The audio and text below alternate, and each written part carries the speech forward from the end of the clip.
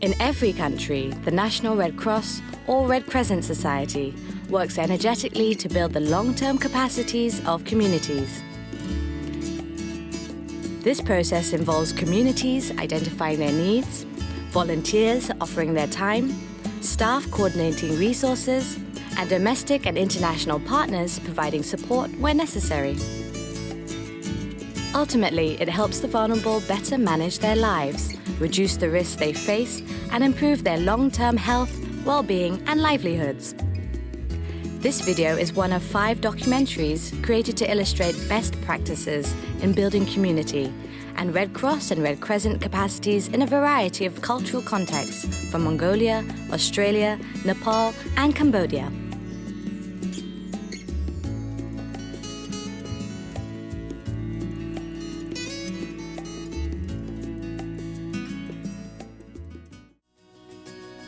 One of the main purposes of Red Cross and Red Crescent societies is to mobilize people and resources at community level to improve the lives of the vulnerable.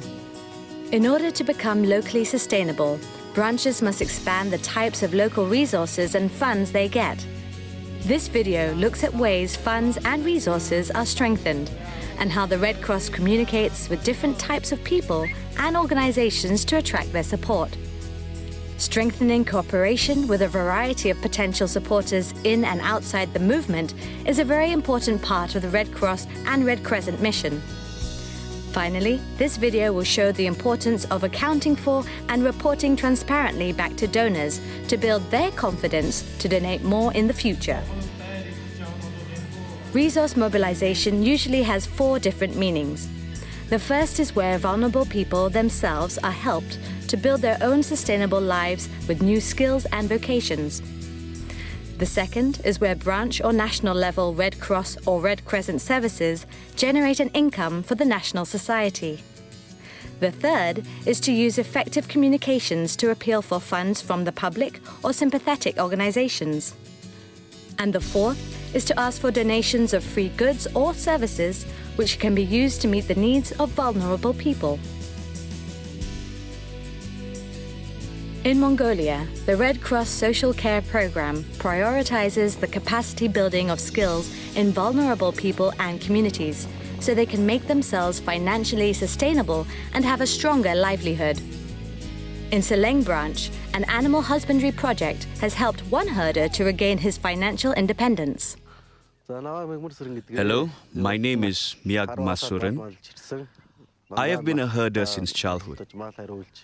I have always worked with livestock, and 3 years ago I started herding sheep and goats for the Red Cross.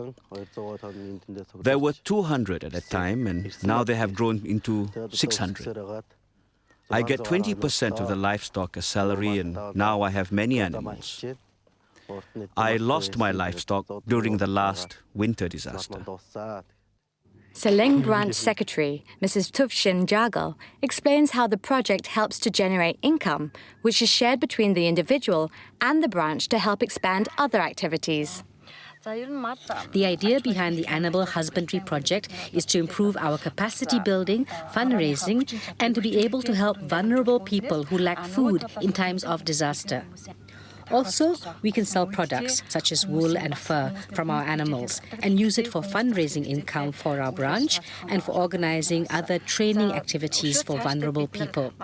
We're going to select one more herder from among the vulnerable in this area and will divide the cattle between them. Red Cross volunteer Mrs. Oyen Setseg speaks about yet another innovative income generation project to strengthen both vulnerable families and the local branch. The Red Cross branch of Seleng started an agricultural program 3 years ago. We have 25 volunteers. We started this program to help our beneficiaries and also for fundraising. First, we give potatoes to our beneficiaries. We also take some ourselves. Second, we sell some of it at the local market to support our national society. The rest is stored as seed for the next year's planting. Mrs. Oyuna is one of the beneficiaries of the vegetable cultivation project. My name is Oyuna. I'm 80 years old. I live alone. and I have no one to take care of me. But last year, this woman registered me and always helped me. She brings clothes, food, and many other kinds of things from the Red Cross. She always brings me potatoes. I can cook many things with potatoes. Potato is my main food now. I think the Red Cross is the place which helps the most vulnerable and the most tired people in our society.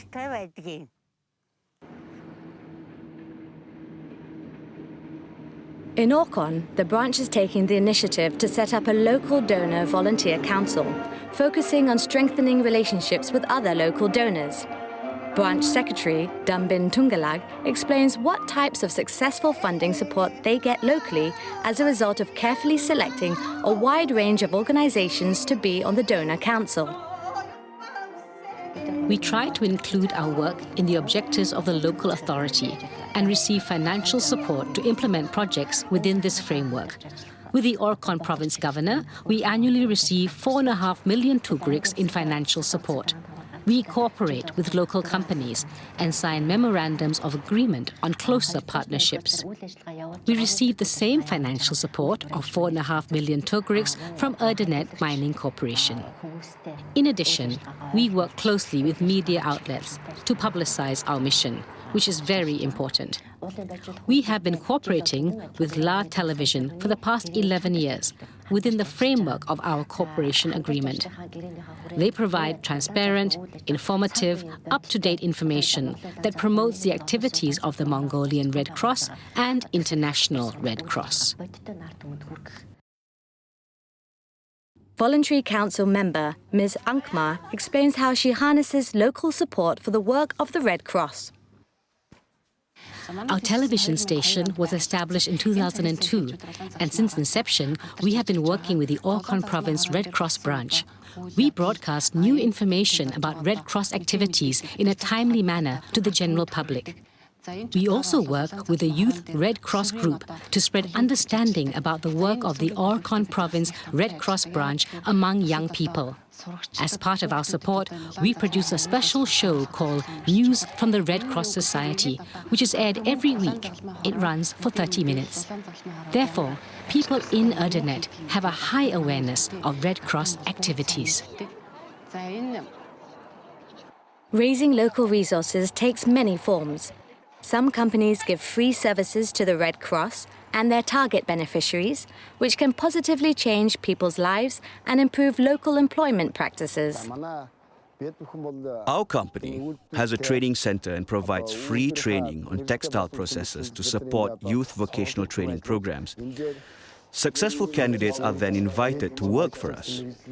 This year, we have allocated 1.5 million tugriks to support youth vocational training programs at our center.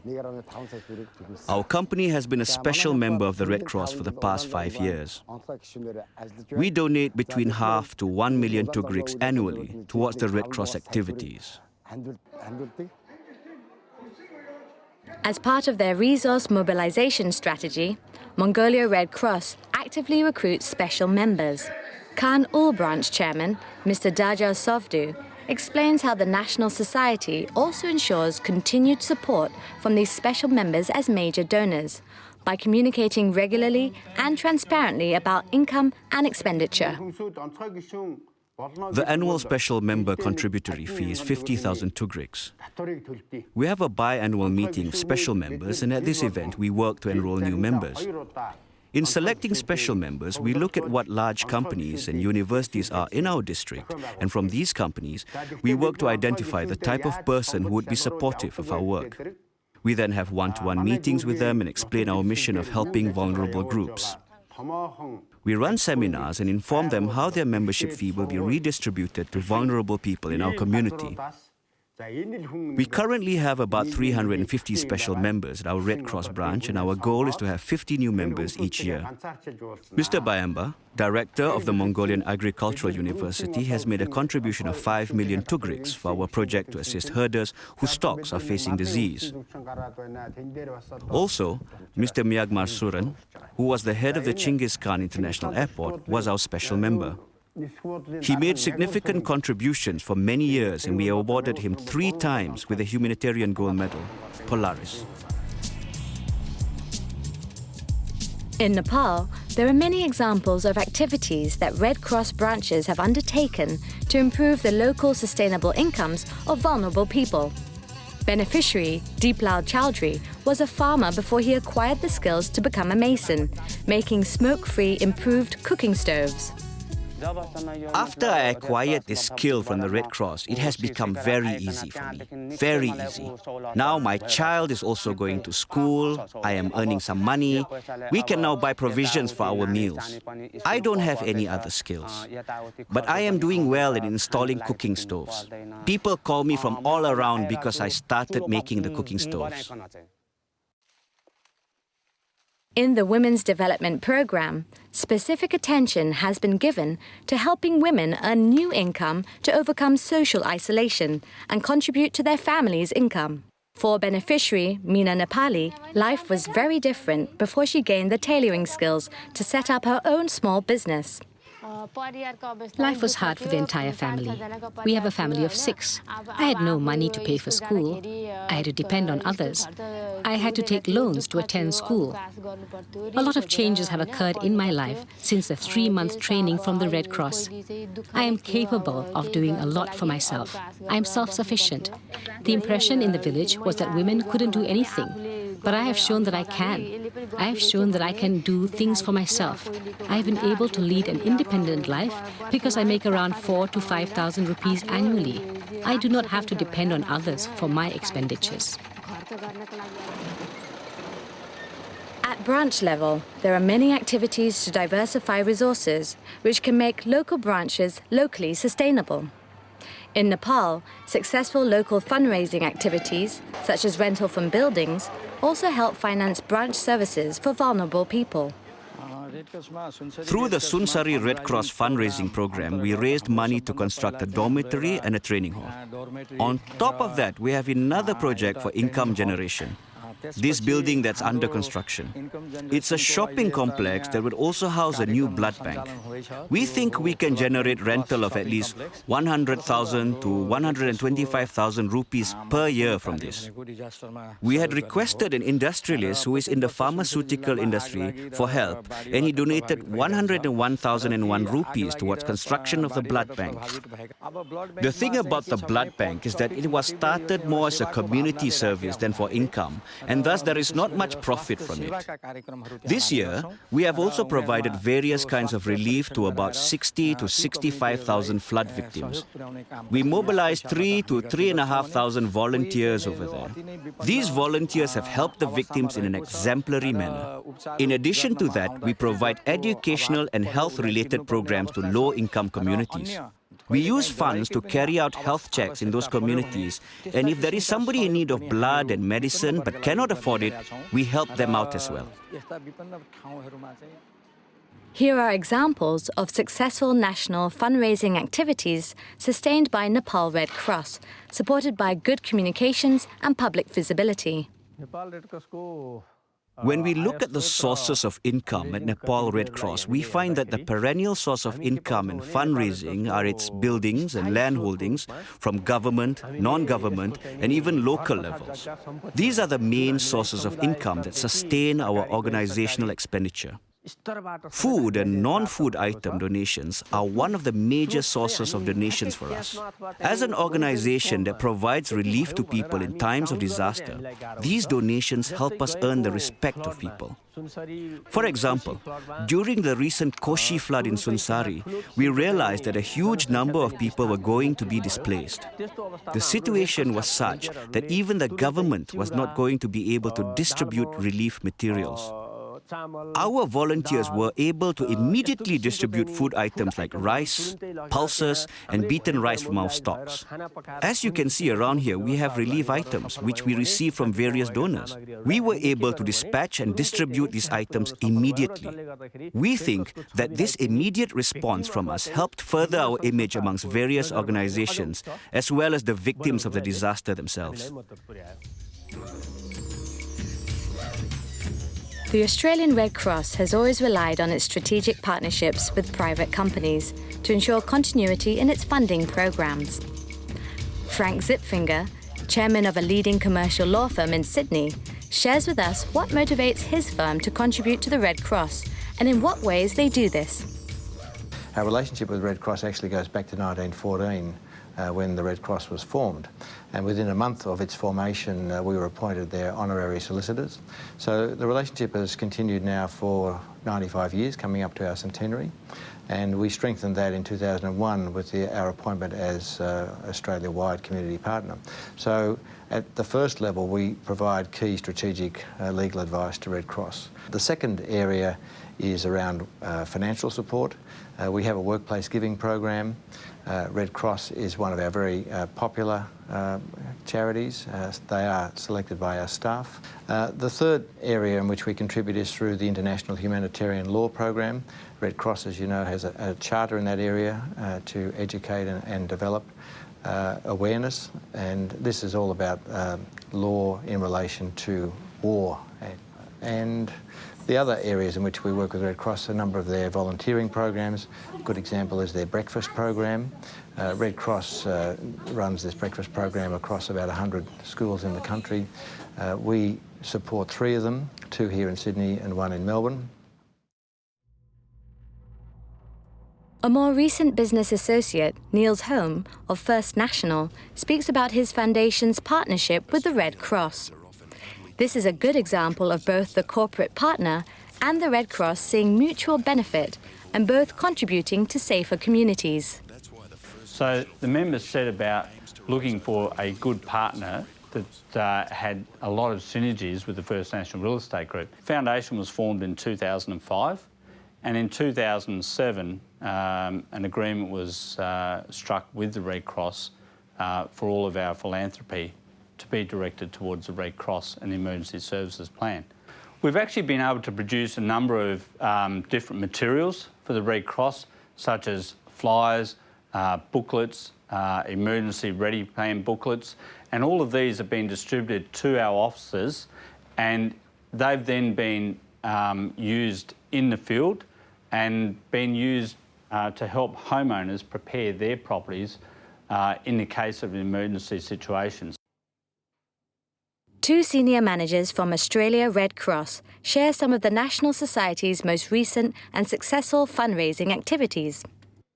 Well, the major fundraising activity that I conduct for the Society is the annual Red Cross Calling Appeal, which is conducted every March in every state and territory around Australia. It generates $9 million gross and just under $4 million net per annum for the Society. So with the appeal in general, with the $9 million, 75% of the income or thereabouts is raised from a door-to-door collection. The younger audience, we've got something called Regular Giving Programme.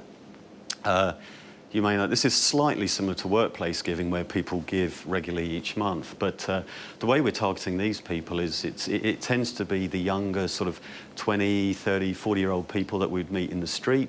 We've got about 40,000 people now who give a donation every single month, due to make about $10 million this year.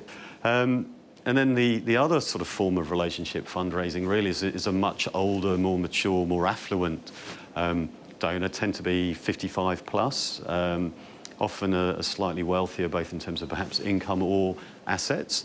And so here, 2 programs, the Bequest program and the Major Donor program, and something that's been a real pleasant surprise is then how these people actually are becoming our advocates, and often someone who's made a bequest or a major donation actually is then encouraging their friends or relatives to do the same. So yeah, relationship fundraising is where it's going. Steve Josk, Red Cross Executive Director for Western Australia, describes the most successful fundraising activities that make his branch sustainable and financially independent. Street Appeal is a very unique Australian activity where we mobilise literally thousands of volunteers to go onto the streets of Perth. Another one that we do, which I think is worthy of mention, is we have an online raffle, and we run about 4 a year. So they're very popular because people just, people are more comfortable giving credit card details over the phone these days. They're more trusting of the people who ring. And of course, as soon as you say it's for Red Cross and it's a BMW, people are generally pretty happy to get involved.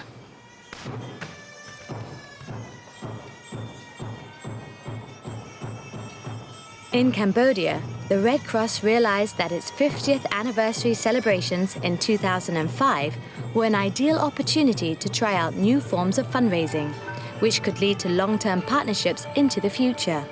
Red Cross Deputy Secretary General, Madam Meniri Sopiak, shares some key elements of a large special event organized to increase Red Cross profile and income.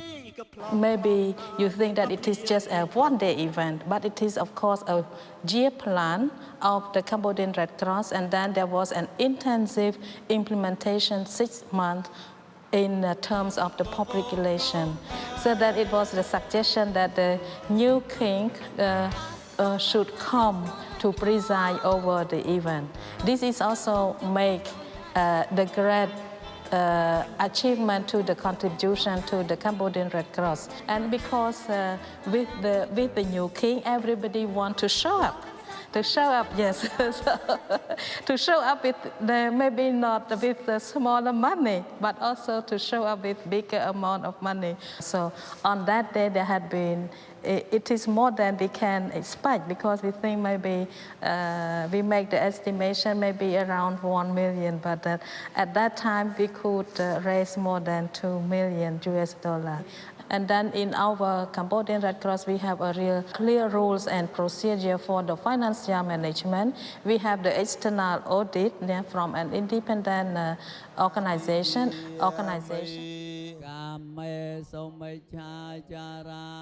Here are some success stories of ongoing resource mobilization activities that continue to make branches as well as vulnerable individuals and families more sustainable.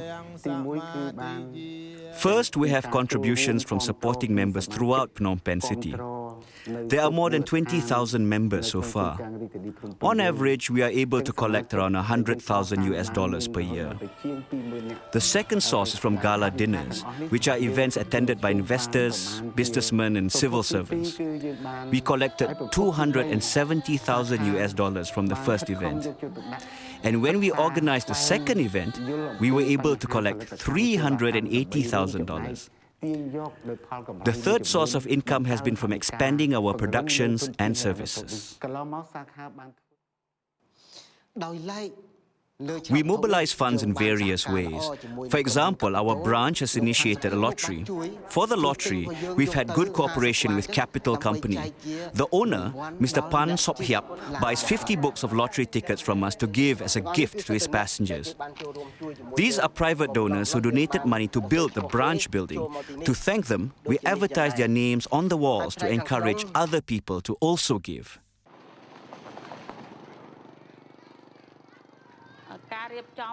So far, we have received support from our private donors, who are vendors, local authorities, and our team members. They all work with us. After getting these donations, we use them to help people victimized by storm, fire, and flooding. Landmine victim and Red Cross beneficiary, New Ton, continues to have a sustainable livelihood with Red Cross help.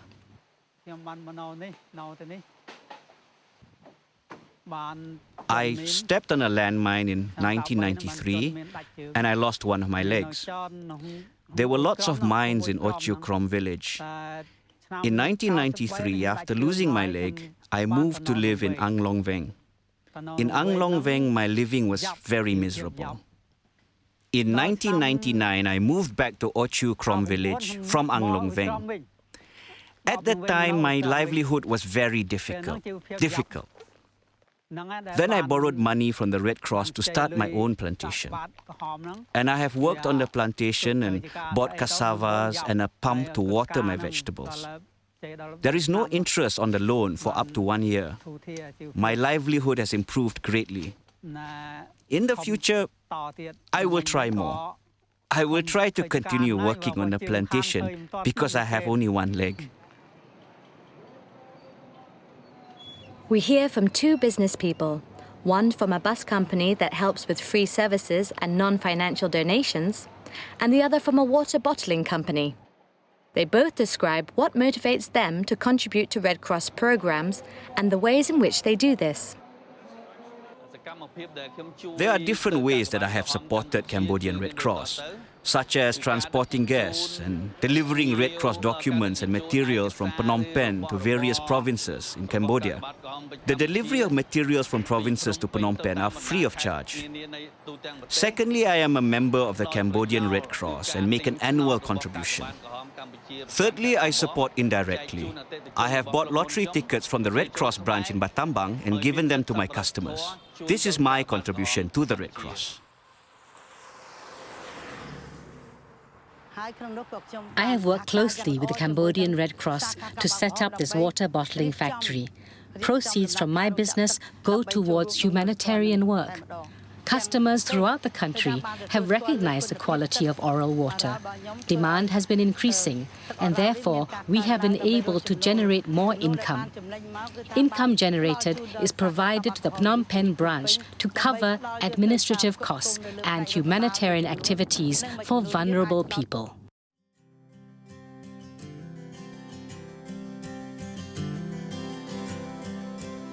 There are many ways in which individuals and organizations can support the Red Cross and Red Crescent. The most important things to remember is that this process should start by trying to help individuals and communities improve their own personal livelihoods with new skills. After that, it's important that local branches also raise the support of their local communities and report back on how the funds were spent to build confidence and transparency.